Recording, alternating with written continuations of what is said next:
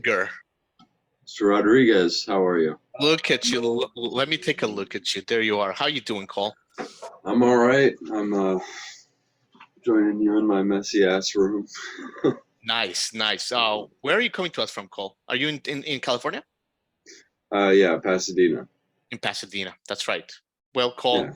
I mean, great to have you. I mean, this debut AP that you just released, man, the Confluence. What a debut, Cole. I gotta tell you, man. I mean, that last single, Stumbling in the Dark, man, just amazing. Congratulations, Cole. Thank you so much. I'm really glad you enjoy it.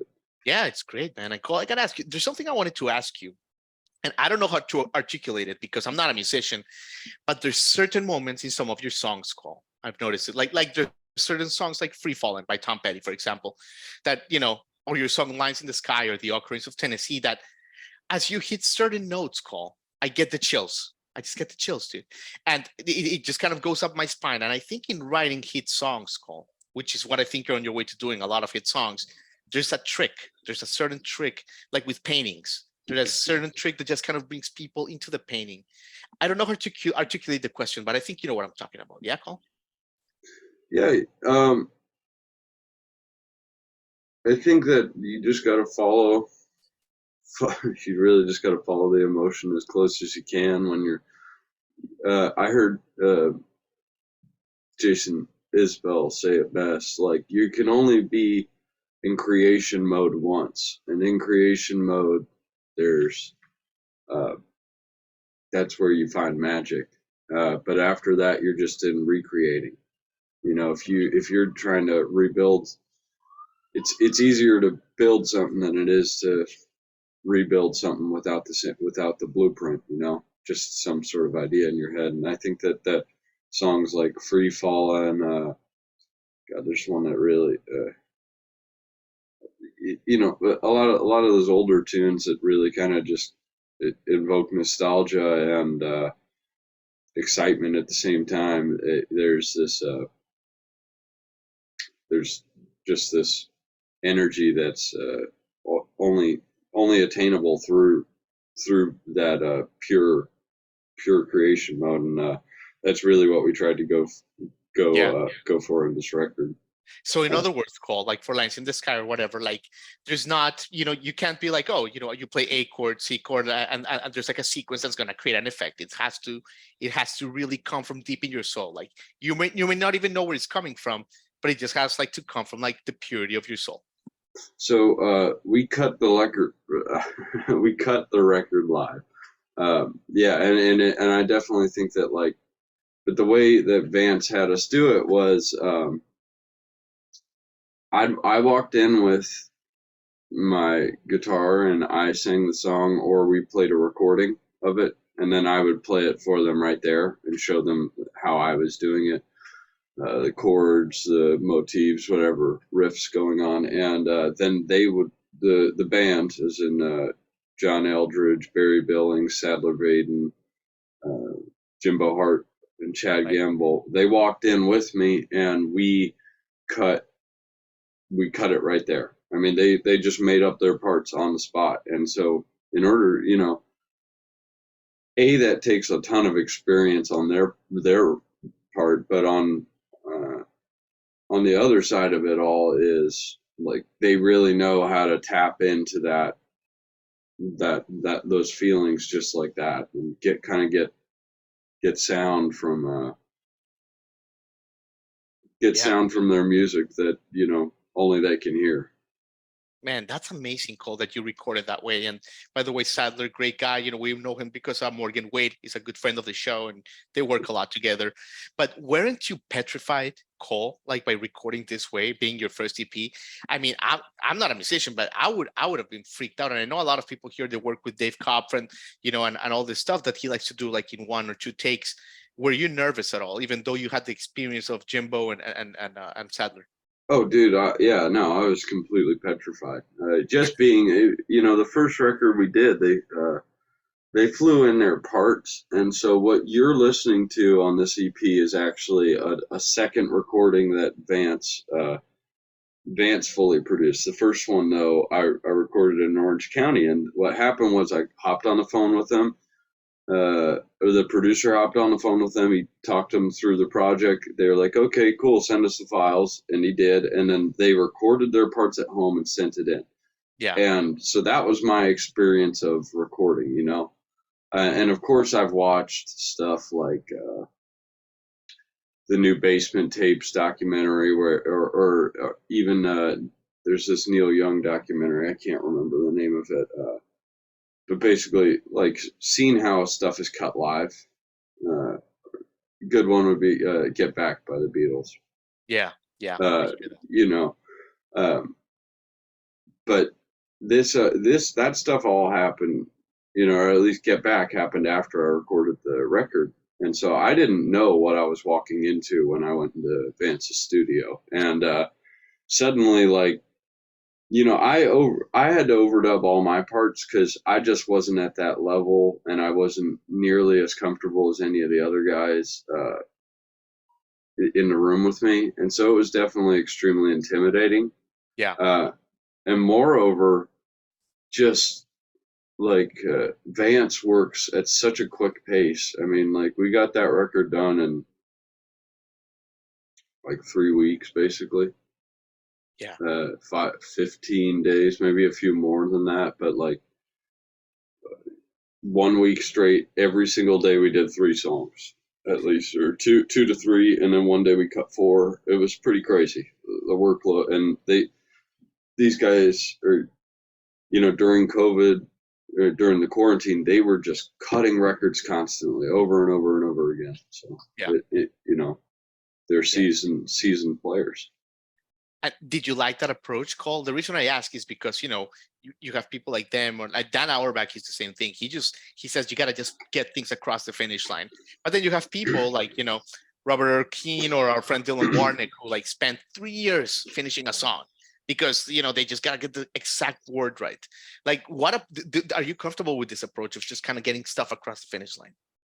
Yeah, I don't think I could do it any other way. Or like if I was producing a record and and I was trying to I would be the guy that takes 3 years, and I'm so busy as it is that like I it would just be I would personally I couldn't imagine it doing it a different way but cutting it live. There's also just this energy in the room, like we were talking about. I listening to these songs that I only had like a few chords for, whatever, come to life and turn into like a full fleshed out record from Right. bones to a being. Mm. It was just like I don't even like watching fireworks go off, or as a little kid, just like magic in Yeah. front of your eyes. Especially I'd never experienced that before, other than you know uh, sitting behind a board and listening to what had happened. It was Right. happening right in front of me. I was in the now, and it's just beautiful and incredible. Yeah, it is magical, and the sound comes across in the EP. It's pretty wonderful, Cole. And let me take you to South Pasadena High School for a second. Yeah, gotta go back. I mean, you must have been the most popular kid, first of all, right? Be honest. No. I spent most of high school hiding in teachers' classrooms just so I could play guitar. Why do you think that? Like, don't you think that all the girls there, like, because I know you were in the talent show, like you were in the talent show, you were kicking ass. Don't you think that, like, do you think that your classmates knew, hey, Cole Gallagher he's gonna do things, or was there like not that feeling a little bit? I don't know. It's hard to tell. I think that they thought I was probably going to play music because I kept telling everybody I was going to do that. I'm like, to my detriment too. Like I was one tardy away from not graduating. Like if not even if I didn't show up to class, if I was late for class one more time, I was not going Yeah. to graduate. And the day I found that out, the quarantine happened, and then school was over. Oh, so the quarantine, we can maybe say that like it's safe. Yeah, no, the quarantine is what A, allowed me to get my high school diploma, but B, it gave me the time and freedom to create music. And Cole, why were you late all the time? Is it just because you were jamming the night before until 3 in the morning and you were just oversleeping, or doing shows, that kind of thing? Uh, Man, to be honest, yeah, I mean, I was just up all night. I had a Sure. high school band and a bunch of great guys. Good, most of them I'm still friends and talking with. But the it was tough, like I I I knew that what I wanted to do, and all these guys wanted to go to college, and Sure. so I had to make some tough decisions, and they weren't always happy with me. And in the end, right in December, we ended up splitting up. But I think it was all worked out for the better. But the truth is, like, that's December 2019, by the way. Yeah. And then the truth is, like, in high school, I was just up all night watching documentaries. Most of my education in high school, and most of the music I find is through film and television. And Right. like, I love a great soundtrack, and so I was tardy a lot because I was sleepy a lot. Sure. I just couldn't get out of bed in the morning. I mean, and I lived like maybe a block away from the high school too, so I had no excuse to be late for class. Oh God, you're like that '80s movie Spicoli that lived inside campus and was always late. But yeah, love it, Cole. And Cole, you had a chapter, a really interesting chapter here in Nashville where we're based out of. And it's actually like where you thrived and a lot of your bloom here. How do you look back on your Nashville chapter, Cole? Nothing but nostalgia. I mean, Mm, it's just a absolutely beautiful city. I can't tell you how amazing it is for being a 17-year-old kid and going there for the first time and looking around and seeing all these musicians working their asses off to make it. I mean, it yeah. was just incredible. And like, I've had a couple chapters there in Nashville. I honestly, I think I've driven there twice now, and then we've flew in a bunch of times during the quarantine. Um, but I went all over the South, and it's so different from here in LA. Like, everything is 30 minutes away here, and Right. there I was there this spring playing a show at the Basement and recording the Stumbling in the Dark music video, and I we went down one street in East Nashville, and it's like bar after bar after bar after Yeah. bar, all live with live music, and maybe Yeah. they were split up by like a block, but you don't get that in LA except one place, which is Sunset. Sounds like West Hollywood, right? Yeah, and even that, it's like, okay, you want to come in? It's $15 a ticket. There, it's just open doors everywhere. Like, Yeah. you can, if you want to find music, you can find it there. You're right. You're right, Cole. I think you're right because Nashville has that thing where it's like, wow, like all the artists and all the like the music industry guys, like we all believe in this thing. There's no like we're all in this together. There's like doubt, like it's difficult, but there's a certainty that it's possible because you see your friends doing it, right? Yeah, no, and the other thing too is, like, for touring wise, it's like uh you Nashville is a day drive away in any which direction you go from 2/3 of the United States entire population. That's And incredible. that's why it's right in the center too. So music, of course it would become Music City, because all of the culture just kind of is trying to get from one place to another, and it ends up in the middle.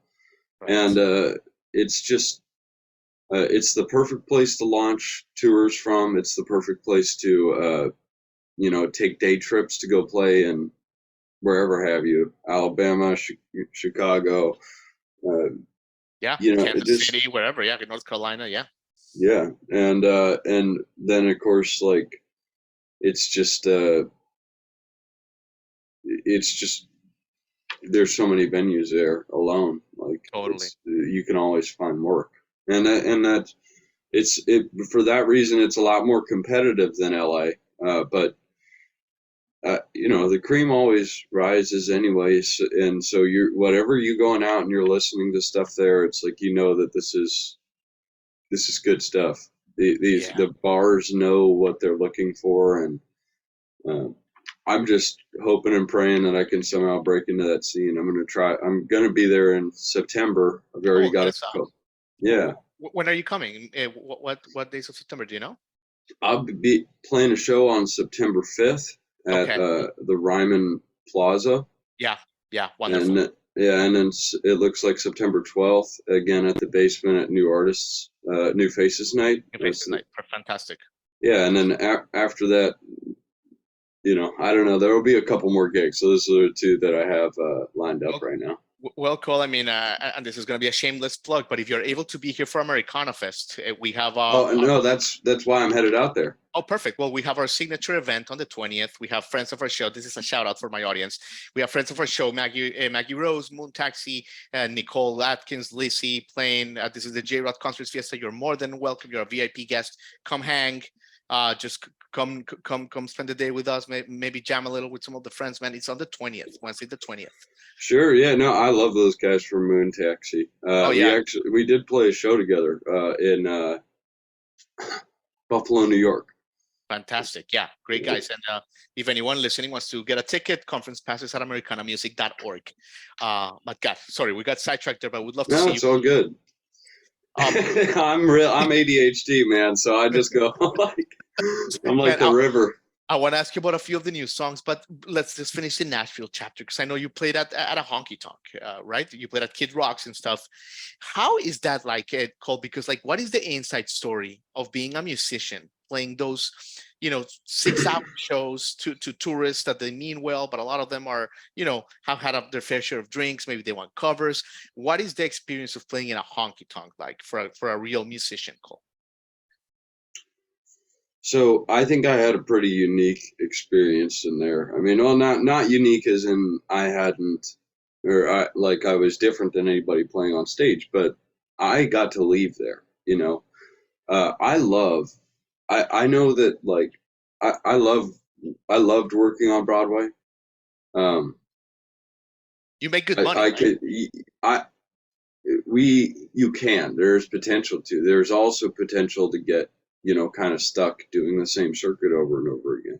Right. And so there's a lot of artists down there that are struggling and to make ends meet because they got 3 kids to feed. And back in, I didn't sign an NDA or anything, but like, working for 10 bucks an hour plus tips, you are really relying on goodwill. And so like, I had I had the 8 o'clock slot in the morning every time. Never, and I liked it a lot just because I was on vacation when I was doing that. These Right. guys were working, and so it's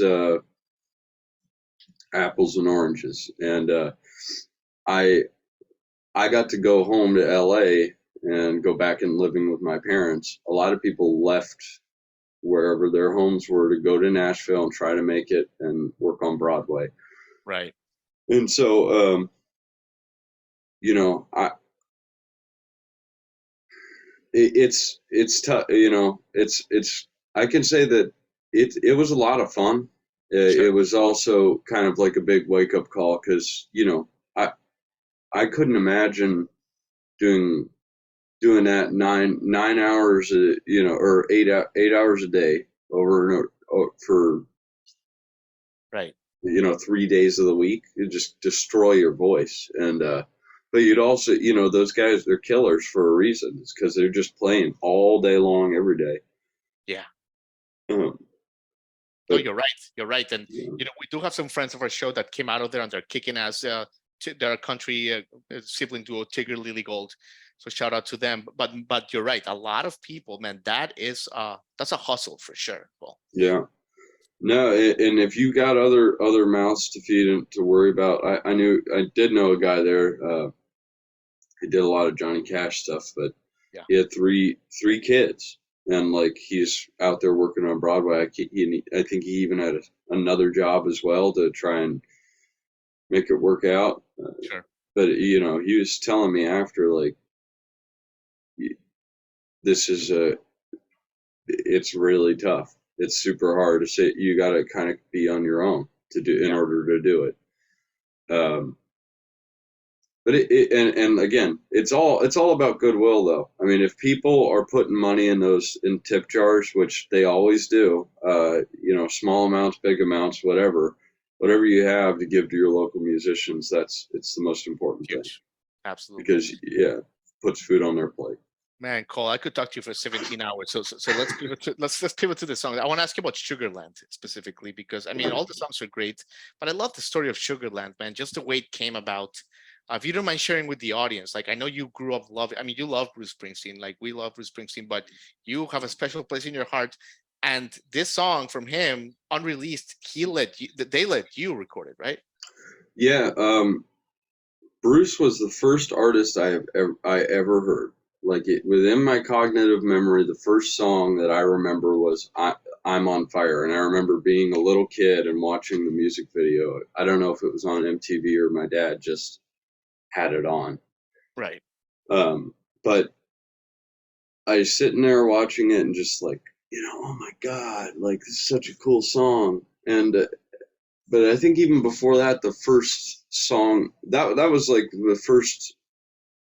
I feel like I remember hearing "Born in the USA." I mean, but my dad he's a huge Springsteen fan, and he had like multiple copies of all of his records on CD. And when I kind of came of age to like, oh, I want to listen to music more.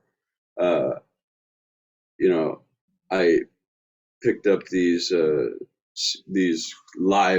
live shows. I didn't know that they were like bootlegs or whatever, but they, it like that was a big thing. In fact, I believe Born to Run was originally played on a radio station as a bootleg, but it was sanctioned by Springsteen himself in a radio station in Pennsylvania.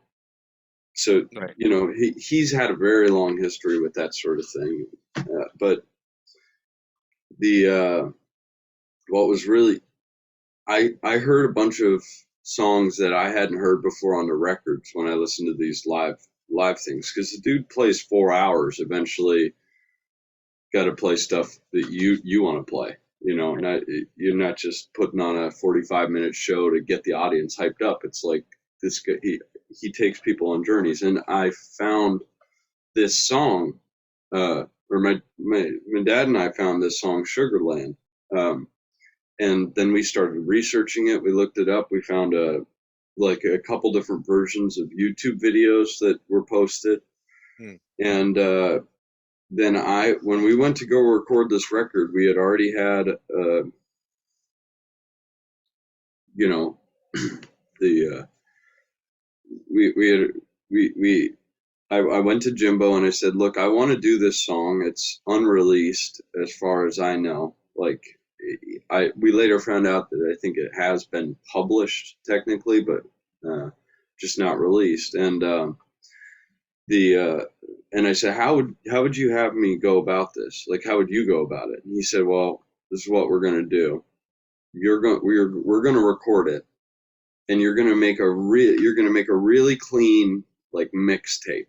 And essentially what that's going to look like is, bass drums, two guitars, your keys, and your acoustic, and you're going to sing over the top of it. And then Vance will mix it up real quick, and we'll send a copy to his folks. And that would later turn out to be Kate Landau, who's John Landau's wife. No, his daughter. His daughter. Okay. And so we did that. We mixed it up. We sent it over to her. She sent it to her father, and then I think that it got sent to one other person. I never heard back from Bruce, and the entire time I expected the answer to be no. Like, no, we're not interested in doing this, and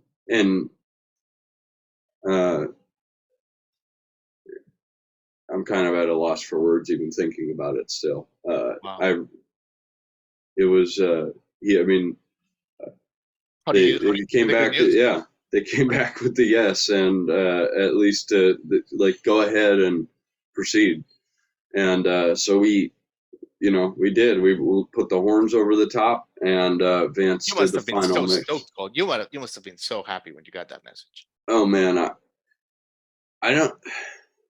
Whenever I get good news, it's kind of like my brain shuts down a little bit because I don't know how to process Right. it. And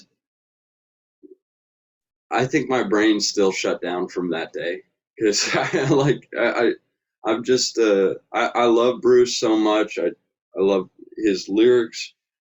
Inspired me to for sure inspired me to become a musician, and I just love that to some degree I'll be affiliated with his music, and Absolutely. it's just like a full circle moment for me in my life, not just in my music, but like Sure. you know. And you did an amazing job, Cole. But yeah, man. I mean, look, you've said it all for today, brother. I just want to congratulate you again. I mean, the Confluence, what an EP by Cole Gallagher. It's out now wherever people listen to music, wherever music is sold. But Cole, man, we can't wait to catch up with you. Come back to Nashville, and thanks again for your time, man. Thank you, Jamie. I really Absolutely. appreciate it. Yeah, take care. Yeah, I'll talk to you soon. Hopefully, I'll see you at Americana Fest. Absolutely.